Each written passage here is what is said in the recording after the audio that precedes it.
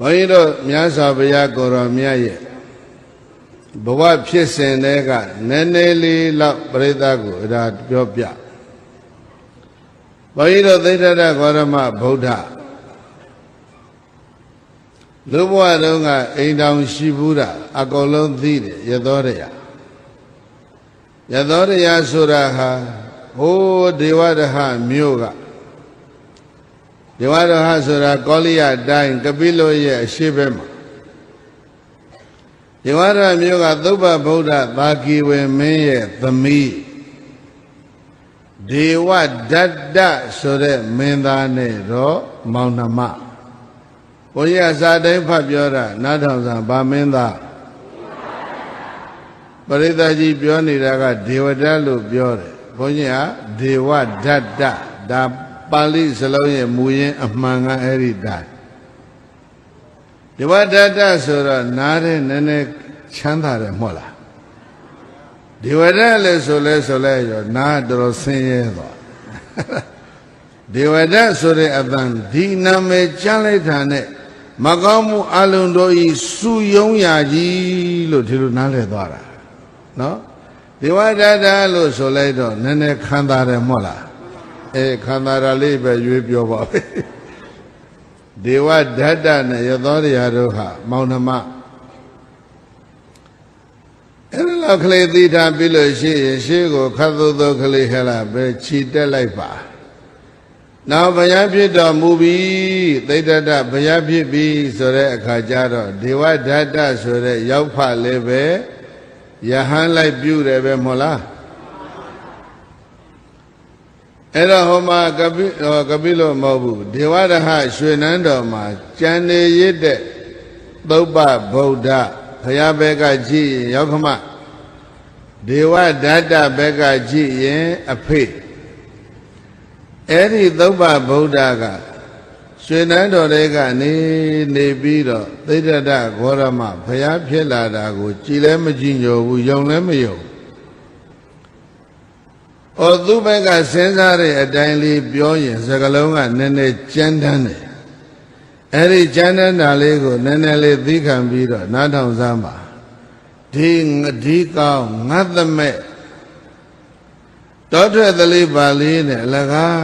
သူများသမီးယူအိမ်တောင်ပြုတ်ပြီးတော့ကလေးတစ်ယောက်မွေးတော့အဲ့ဒါအိမ်တောင်တာဝန်မထမ်းခြင်းလို့ထွက်ပြေးတာတဲ့တောထွက်တာကိုထွက်ပြေးတာနော်အဲ့လိုရေးတဲ့စာတွေဟာရှိကိုရှိတာအဲ့ဒါ community ရေးတဲ့စာထဲမှာအဲ့ဒါအများဆုံးပါတယ်သိတ္တတောထွက်သည်ကိုသူကဗာပြောလဲသာမယတာဝန်မထမ်းနိုင်လို့ဘာလုပ်တာလဲထွက်ပြေးသွားတာခလေးတယောက်နဲ့ပြစ်ထားပြစ်ခဲ့တယ်တောထဲမှာနေတာ6နှစ်တခါမှငါသားလေးနေကောင်းလားဆိုတယ်လီဖုန်းတော့မဆက်ဘူးတရုံရိုင်းတဲ့ကောင်ဒါမျိုးတွေနော်အဲ့လိုတွေလျှောက်တွေးရသော်တရားကတော့အဲ့ဒီလိုမတွေးဘူးဩငါမောင်တော်ဘုရားဘုရားကောင်းအကျင့်ကျင့်တယ်ကောင်းရိပ်ပြီးတဲ့ဆိုတော့ तू ကကောင်းတော့မရိပ်ဘူးသပင်ကြီးထုံးထားလိုက်တယ်အလှမပြင်းတော့သိခောက်ဆိုအဝတ်ဝတ်သွားပြီးတဲ့အတန်ချရသော်ရကလည်းဗာလိုက်လို့လေယောဂီအဝတ်ကလေးလိုက်ဝတ်တယ်တဏိတထပဲစားတော့တယ်အတန်ချရသော်ရကလည်းပဲတထပဲစားတယ်သူတော်ကောင်းအမျိုးသမီးကဒီလိုအဲ့ဒီရသော်ရရဲ့အဖေဒေဝဒတ္တရဲ့အဖေကတော့ဒီလိုကိုမတွက်ဘူးခလေးလည်းပဲမကြည့်ဘူးမိန်းမလည်းပဲပြန်မစင်စားဘူးထွက်ပြေးတဲ့ကောင်လာခဲ့လာရဲရင်လာခဲ့သူကအဲ့ဒါချိန်မောင်းထားနော်အဲ့တော့ဒေဝဒတ္တပရိသတ်ကြီးပြောတဲ့အတိုင်းပြောရင်ဘယ်လိုပြောမလဲဒေဝဒ္ဒနော်ဒေဝဒ္ဒကသိတ္တတဂေါရမနောက်လိုက်ပြီးတော့ယဟန်ဝိ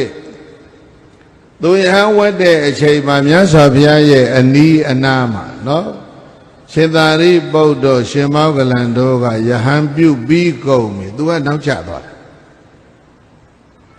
အဲ့တော့မြတ်စွာဘုရားကရှင်သာရိပုတ္တဆိုတာကို ပထမဒံဧကသာဝကယာဓုပေးပြီးတော့ညာဘက်ကထားညာလဲယုံပေါ့အရှင်မောဂလန်ကိုတော့ဒုတိယဧကသာဝကယာဓုပေးပြီးတော့ဘယ်ဘက်ကထားတယ်ပရိသတ်ကြီးသိပြီးတာတွေကလက်ဝဲရန်လဲရရဘယ်လဲယုံပေါ့အဲ့ဒီသာရိပုတ္တမောဂလန်တို့ဆိုတာဟာသာကိဝေမင်းမျိုးတွေမဟုတ်ဘူးပရိသတ်ကြီးပုံနာမျိုးတွေအဲ့ဒီမှာယဟန်ပြုသွားတဲ့ဒေဝဒတ်ကစဉ်းစားတာတကယ်ဆိုကွာသိတ္တဒလောကသုံးပါးဖျားဖြစ်ငါရောက်ဖဖျားဖြစ်တယ်ဗောလူလိုပြောကြဟာသူဖျားဖြစ်ရင်လောကမှာအကြီးဆုံးလူရောနတ်ရောရှစ်ခိုးခံတဲ့ဘဝအဲ့တော့ညာလဲယုံဘယ်လဲယုံဆိုတဲ့နော်လဲယုံကြီးတွေတာဝန်ပေးရဟုခန့်တဲ့နေရာမှာတကယ်ဆိုရင်ညီကိုဝမ်းခွဲသမီးရောက်ဖဒီလိုလူတွေပေးဖို့ကောင်းတာတဲ့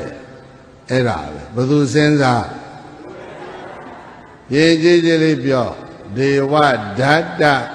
ကိုတော်စဉ်းစားတာနော်တကယ်ဆိုဒီလိုရာထူးကြီးတွေကိုဆွေတဲ့မျိုးတွေကပေးဖို့ကောင်းတယ်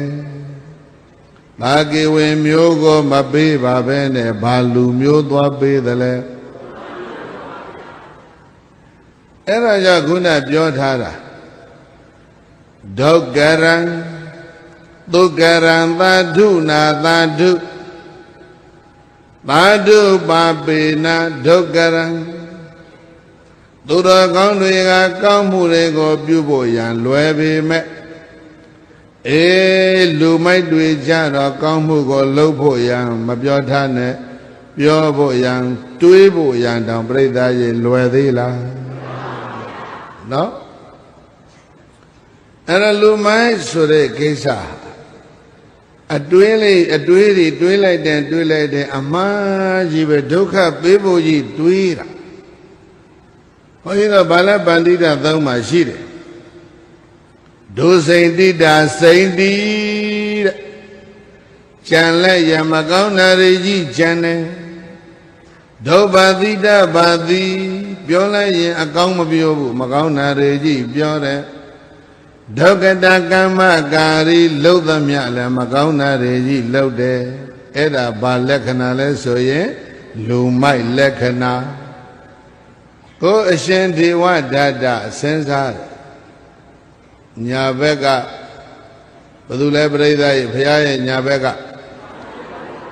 လကပုံနာကြီးယာရုပေးထားဘယ်ဘက်ကပုံနာယာရုပေးထားတယ်ကိုအမျိုးကိုပေးရမှာဒီလိုယာရုတွေကဒီလိုယာရုကြီးကြီးတွေကိုဘယ်လိုလူပေးရမှာအဲ့ဒါခင်ဗျားတို့လုံနေကြတာပဲဒေဝဒအတွေးမျိုးနဲ့လုံနေကြတာရသဗျာကိုရောမြတ်ကဒါမတွေးဘူးနော်တကယ်ကိုပဲလုံနိုင်စွမ်းလေးရှိတယ်လုံနိုင်တဲ့အရေးချင်းရှိတယ်ပြီးတော့အကျင့်လည်းကောင်းတယ်အသိဉာဏ်လည်းရှိတယ်ဒီလိုပုဂ္ဂိုလ်ကိုခန့်တာအကျင့်လည်းမကောင်းဘူးအသိဉာဏ်လည်းမရှိဘူးလုံနိုင်စွမ်းလည်းမရှိဘူးငါဆွေမျိုးဆိုပြီးရောဒါမျိုးဘုရားမလုပ်ဘူးအဲ့ဒါကြောင့်ဒေဝဒယာထုမရဘူးအဲ့ဒီတော့ဒေဝဒကဘာလုပ်လဲလို့ဆိုတော့သူစလာတာလေးပြောတော့မကောင်းမှုကိုဘယ်လိုစသလဲဆိုတာလေးပြောမြတ်စွာဘုရားသူသွားလျှောက်မြတ်စွာဘုရားရှင်ဘုရားဒုက္ခရစရိယာကျင့်တော်မူတာ6နှစ်ကြာပင်ပန်းလိုက်တာလို့ကြားရပါတယ်ဒါတွေပြိဿသိပြီးသားတွေနော်အဲ့တော့ပင်ပန်းမှစင်စင်ရဲရဲကျင့်ပြီးတော့ဒီအိန္ဒိယပြည်တပြည်လုံးမနေမနာလှဲ့လေသွားလာပြီးတရားတွေဟောတော့ပူပင်မနာပေါ့